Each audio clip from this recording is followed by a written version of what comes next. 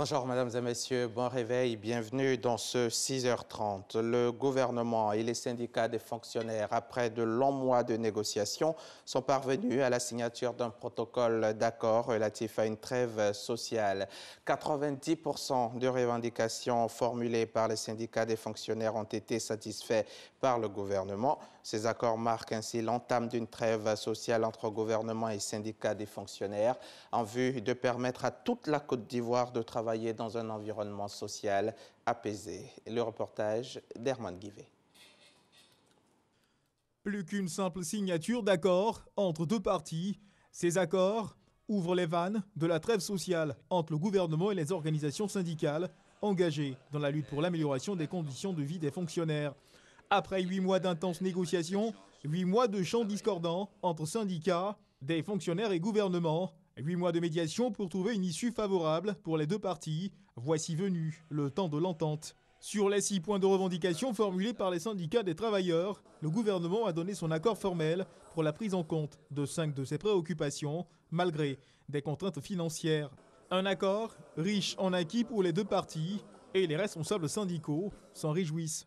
Ce processus a été surtout marqué par la volonté farouche de toutes les parties d'aboutir à un accord.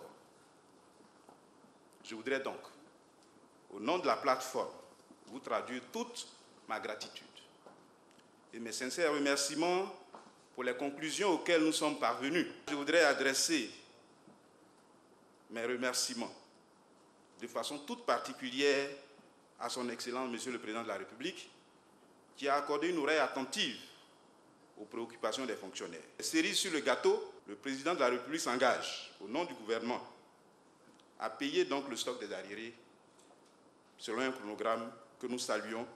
Pour ce qui concerne le paiement du stock des arriérés, 70% de ce montant seront payés à partir de 2018 sur une période de 5 ans. Les 30 autres pourcents seront payés sur 3 ans à partir de 2023. Un aboutissement salué par le ministre de la fonction publique. Les différents acteurs impliqués dans ce processus de négociation ont mis un point d'honneur à privilégier la paix sociale dans le seul et unique but d'arriver à une solution acceptable pour tous. Syndicat de la fonction publique. Vous avez obtenu beaucoup du gouvernement dans un contexte budgétaire particulièrement difficile. Face à tous ces efforts du président de la République, du Premier ministre et de l'ensemble du gouvernement, je souhaite qu'en retour, vous fassiez amende honorable pour vous inscrire véritablement et sincèrement dans l'esprit et la lettre de la trêve sociale pour laquelle vous vous engagez, pour laquelle nous nous engageons. La voie du dialogue et de la concertation, une option toujours encouragée par le chef de l'État, a réaffirmé le Premier ministre Amadou Gon Coulibaly. Je voudrais adresser toute notre gratitude au Président de la République, Son Excellence M. Alassane Ouattara, dont l'attachement à la paix et à la cohésion sociale, ainsi que la ferme volonté de travailler à la résolution des problèmes des travailleurs, ont facilité grandement la mission du gouvernement qui a pu bénéficier de son engagement personnel dans le traitement de ce dossier. Pour ce qui concerne la trêve sociale, elle s'étendra sur 5 ans. Elle ne met nullement fin à l'activité syndicale en Côte d'Ivoire. Elle remet simplement la négociation au cœur de l'activité syndicale. Je vous invite à présent à suivre la réaction de quelques responsables des syndicats des fonctionnaires au terme de cette signature de protocole d'accord. Satisfaction parce que notre devoir, c'est d'améliorer la condition de travail et de vie de nos membres. On a simplement décidé, au travers donc, du protocole d'accord qu'on a signé le gouvernement, de privilégier la voie négociée pour trouver des solutions aux préoccupations des fonctionnaires, d'une part. Mais aussi, on a engagé le gouvernement à améliorer de manière continue les conditions de vie et de travail des fonctionnaires. Donc voici l'accord qu'on a eu avec le gouvernement et j'espère que sur 5 ans, chaque partie va respecter ses engagements pour qu'on ait une fonction publique forte, dynamique, au travers de ces agents qui vont voir de manière continue leurs conditions de vie améliorées. Nous saluons la signature de cette trêve-là, qui est une cérémonie solennelle dans laquelle nous tous nous sommes engagés parce que nous avons eu la caution de nos bases. Les populations suite à cette attente, on les écoute. Il faut d'abord comprendre que le souhait de tous, c'est la paix. Quand on parle de trêve, cela parle d'équilibre social. Donc je pense que c'est une très bonne chose. Dans la mesure où il y aura la quiétude, il y aura la paix. Il faut dire que cet accord est bien arrivé parce que ça permet un tant soit peu la calmie au niveau de la population. Et cet environnement-là, ça permet aux bailleurs de fonds d'investir en Côte d'Ivoire. D'abord, le principe même du paiement du score des arriérés, vraiment, il est déjà bon. Le gouvernement, il fait assez d'efforts, mais je pense que s'ils peuvent en faire davantage, ce serait bon. Aujourd'hui, le principe, il est acquis. Je pense que c'est bon à prendre. Et il faut saisir la main du gouvernement et envoyer tous les fonctionnaires à l'apaisement. Je pense qu'on doit mettre un cadre pour qu'on arrive à une entente afin de pouvoir solder cette dette-là. Oui, comment? On peut la solder en numéraire comme on peut titriser. Titriser, c'est quoi? C'est faire des titres pour que ce soit négociable 1 an, 2 ans ou 10 ans après. Parce que décaisser des centaines de milliards, ce n'est pas aussi facile. Donc, il faut qu'on s'entende. C'est la paix, pas le dialogue. Comme tout bon pays en démocratie, il faut l'entente. Et je suis très fier de mes autorités qui sont en train de chercher un terrain d'entente pour que, avec la masse salariale et le gouvernement, on puisse avoir un terrain d'entente qui pourra nous sortir de l'ornière. Car si nous voulons précipiter les choses, cela va tout de suite engendrer des querelles, des remous de rue, et cela ne donne rien pour un pays qui est démocratique.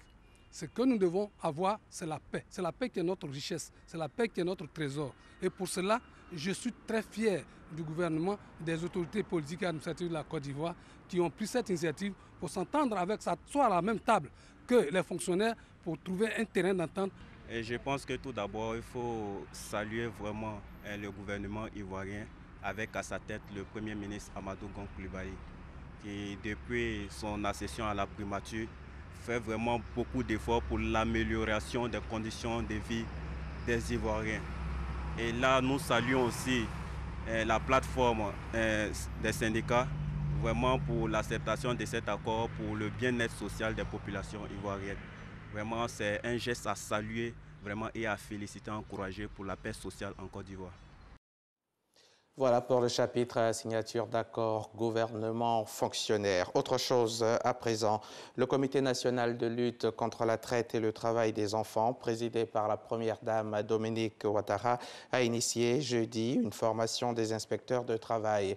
Cette formation de 2 jours vise à renforcer les capacités sur les nouveaux dispositifs juridiques pour lutter contre ce fléau. La première dame de Côte d'Ivoire était représentée à cette cérémonie par sa directrice de cabinet, Patricia Sylviao. L'initiative est soutenue par les partenaires au développement. C'est ce que nous disent nos reporters Mahama Traoré et Abiba Dambélé Saoué.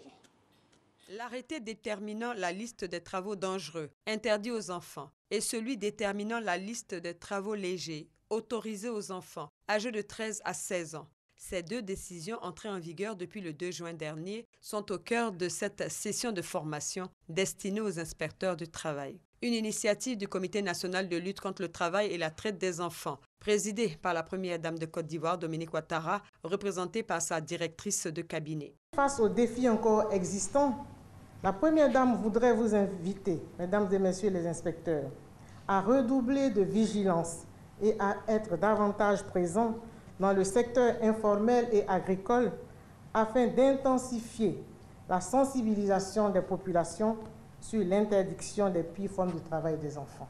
Cette démarche visant à renforcer les capacités des acteurs de la lutte suscite l'adhésion des partenaires au développement. Il est important que nous continuions à promouvoir la transparence en ce qui concerne le travail et que nous faisons afin de pouvoir apprendre les uns des autres et d'optimiser nos ressources et réussites mutuelles. Le BIT apprécie à sa juste valeur la pertinence de l'initiative gouvernementale de former les inspecteurs du travail sur le travail des enfants. Je vous réaffirme la disponibilité de l'institution à accompagner la Côte d'Ivoire dans sa quête de justice sociale à travers la mise en œuvre courageuse et continue des normes internationales du travail. Pour sa part, le gouvernement ivoirien entend mettre l'accent sur la formation des acteurs de la lutte pour éradiquer le travail des enfants sous toutes ses formes. Cette formation vous permettra d'acquérir une meilleure connaissance du phénomène, de vous familiariser avec les 2 nouveaux arrêtés et d'avoir une meilleure perception de votre rôle dans la lutte contre le travail des enfants. Cet atelier de formation est le premier d'une longue série d'actions de formation, de sensibilisation, de valorisation, d'information et de vulgarisation que le CNS et le CIM entendent mettre en œuvre à la suite de la révision de la liste des travaux dangereux interdits aux enfants et de l'adoption de la liste des travaux légers autorisés aux enfants dont l'âge est compris entre 13 et 16 ans. 2025, c'est le délai que se donne l'Organisation internationale du travail pour mettre fin au travail des enfants sur la planète. L'actualité internationale, en bref et en images, 13 personnes au moins ont été tuées et plus de 100 blessés quand une camionnette a foncé dans la foule sur les Ramblas, la plus célèbre avenue de Barcelone en Espagne, hier jeudi vers 17h, heure locale. Un attentat rapidement revendiqué par le groupe État islamique. Quelques heures après l'attaque au camion bélier, la police espagnole a annoncé avoir abattu 5 terroristes présumés lors d'une seconde attaque à Cambrils, une station balnéaire au sud-ouest de Barcelone. Ce vendredi matin, la capitale de Catalogne se réveille en état de choc. L'actu inter toujours, cette fois en bref. Au Burkina Faso, à peine les familles ont commencé l'inhumation des victimes de l'attaque du Café Aziz Istanbul, que c'est un véhicule de patrouille du groupement des forces antiterroristes basé dans le nord du pays qui a sauté sur un engin explosif. L'explosion a fait 3 morts et 2 blessés. C'est la première fois que les groupes terroristes utilisent un engin explosif sur le sol burkinabé. Au Sénégal, des organisations de la société civile annoncent le dépôt prochain d'une plainte contre l'État du Sénégal auprès de la Cour de justice de la CEDEAO. Y en a marre, la RADDHO ou encore Amnesty reprochent aux autorités d'avoir failli dans leur mission d'assurer le droit constitutionnel de vote à tous les Sénégalais lors des législatives du 30 juillet dernier. Et puis, pour terminer, Ahmad Al-Faki Al-Mahdi a été condamné jeudi 17 août par la Cour pénale internationale à verser 2 700 000 € de réparation individuelle, collective et symbolique pour avoir ordonné la destruction des mausolées de Tombouctou en 2012. Ce Touareg malien avait été condamné en septembre dernier à 9 ans de prison dans le premier procès pour destruction de biens culturels. Merci de nous avoir suivis. Bonne suite de programme sur RTI.